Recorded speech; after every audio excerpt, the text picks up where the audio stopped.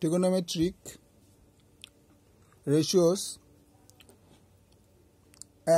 of complementary angle. Question number 11, exercise 24.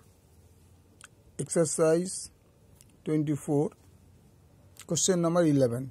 ABCD একটা আয়তাকার চিত্র AC যুক্ত করে প্রমাণ করি যে এক tan ACD equal to cot ACB, 2 নম্বর হচ্ছে tan square angle ACD plus 1 equal to 1 by sin square BAC।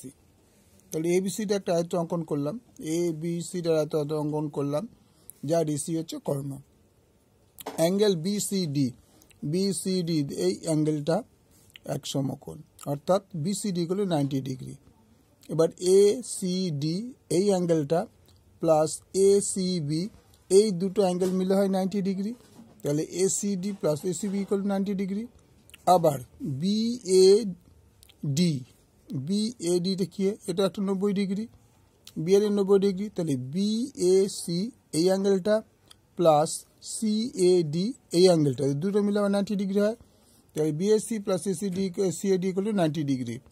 1 number point ছিল tan angle ACD equal to cot angle ACB. So tan ACD equal to tan 90 minus angle ACB.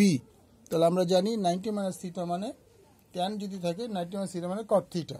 তাহলে তো theta হবে না, এখানে angle ACB। তো আমরা tan 90 angle ACB equal to হবে cot angle ACB।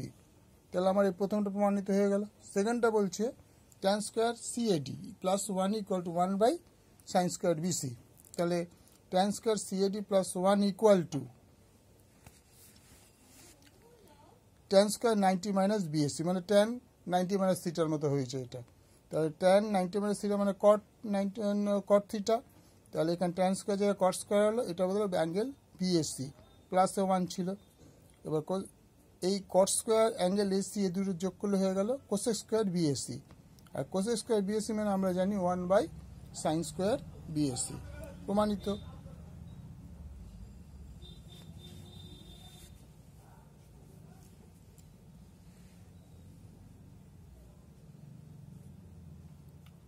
ভালো লাগলে লাইক করবে, শেয়ার করবে, বন্ধুদের মধ্যে শেয়ার করে দাও।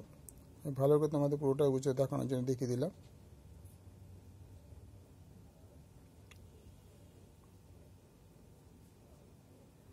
দেখার জন্য ধন্যবাদ।